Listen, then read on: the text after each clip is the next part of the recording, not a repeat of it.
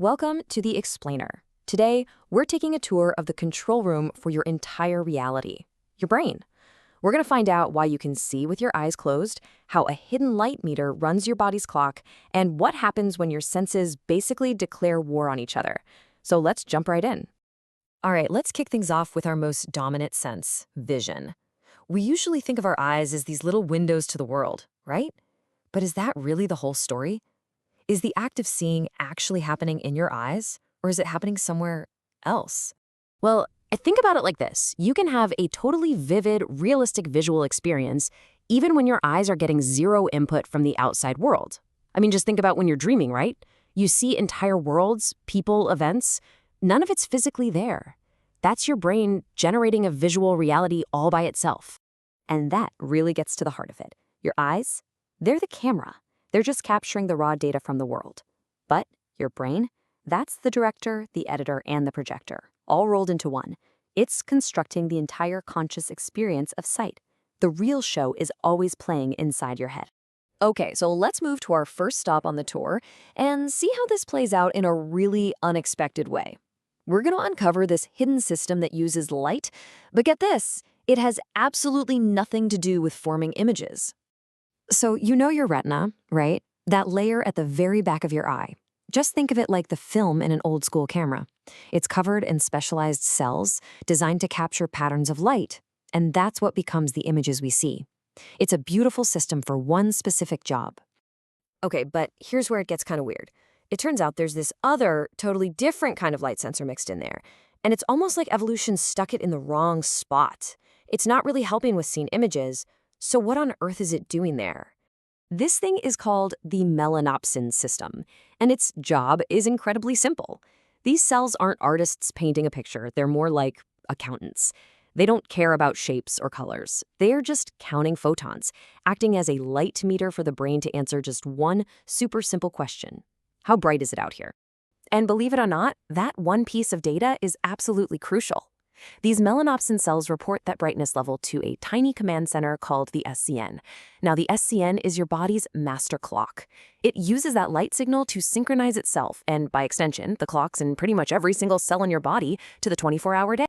And this, right here, explains a really tough problem that some people face. For some individuals with certain kinds of blindness, that light signal just can't get through. And without that daily, hey, it's daytime sync, their internal 24-hour clock just starts to drift, falling out of phase with the actual world, and this often leads to some really severe sleep problems.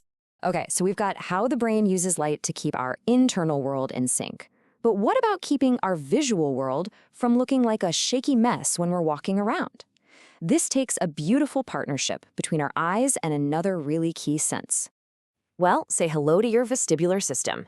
It's tucked away in your inner ear, and it's basically your own personal motion detector. It's made of these 3 tiny fluid-filled loops, all pointed in different directions, kind of like 3 miniature hula hoops. So anytime you move your head, tilt, turn, nod, the fluid in these loops sloshes around, and bam, your brain gets this super precise reading of that movement, even if your eyes are closed. And your brain uses that signal to pull off this amazing trick. Let's say you turn your head to the left. Your vestibular system instantly sends a signal that tells your eye muscles to rotate your eyes to the right by the exact same amount. The result? The image of the world stays perfectly stable on your retina, so you can, walk down the street without the world turning into a blurry mess. Now, here's the thing about the brain. It thrives on consistency. It absolutely hates conflict. So, what happens when 2 of your most trusted informants, vision and balance, start telling it completely different stories? Well, let's just say the brain does not take that well. This is the classic cause of motion sickness. Picture this. You're in a car looking down at your phone. Your vestibular system, your inner ear, feels every bump and turn, and it's screaming to the brain, hey, we are moving fast. But your visual system is locked on that stable phone screen, and it's reporting back, nope, everything is perfectly still right here. So you've got this major sensory mismatch, and for the brain, that's a huge problem. It can't figure out which signal to trust. And how does it respond? It complains loudly. That awful, queasy feeling of nausea, that's basically your brain's way of punishing you for feeding it such confusing, contradictory signals. All right, let's head a bit higher up the command chain and look at how the brain actually decides whether to do something or not. This is that constant internal negotiation between acting and holding back. Oh man, we have all been there, right? You know you should stop scrolling social media and get to work. Or maybe you know you should wait for that bigger reward later, but that temptation to just act now is overwhelming.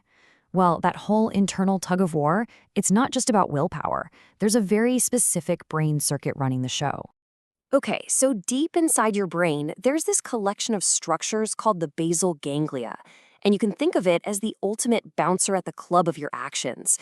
Your cortex, the thinking part of your brain, comes up with all sorts of potential plans, and it sends them down to the basal ganglia for the final call: go or no go.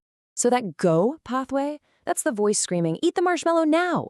And the no-go pathway is the one that says, whoa, hold on, inhibit that urge. Wait 30 seconds and you'll get two. Your cortex does all the high-level thinking about it, but it's the basal ganglia that ultimately opens or slams shut the gate on the action itself. Okay, for our last stop on this tour, we are heading to the main event, the star of the show, the cortex. This is where all our higher thought happens, and it's home to the brain's most incredible feature, its mind-blowing ability to adapt. Your brain is all about efficiency. It does not like to waste resources. Every square millimeter of your cortex is valuable real estate. So what happens if someone is blind from birth? What does the brain do with that giant, powerful piece of hardware, the visual cortex, that's just sitting there, not getting any visual data? Does it just power down? Well, an incredible and honestly kind of tragic real-life story gives us the answer. An expert Braille reader who'd been blind her whole life had a stroke. Her neurologist actually gave her what he thought was good news. The stroke was in her visual cortex, an area he figured she wasn't using. But there was a massive problem. She couldn't read Braille anymore. Her brain hadn't let that area go to waste at all. It had completely rewired it to process the super complex patterns of touch coming from her fingertips. And this story just reveals this fundamental truth about our brains. They are not fixed hardware. This incredible ability to rewire itself is called neuroplasticity. And it shows us that the cortex isn't just a collection of specialized single-purpose tools. It's more like this incredibly powerful general-purpose computer that can reassign its own circuits to whatever job needs doing. And the amazing thing is, this isn't just for extreme situations. This adaptability, this neuroplasticity, it's happening inside your head right now as you listen and learn this, which really leaves us with this final, kind of mind-blowing thought. If your brain can learn to see with its fingertips, what else is it capable of learning?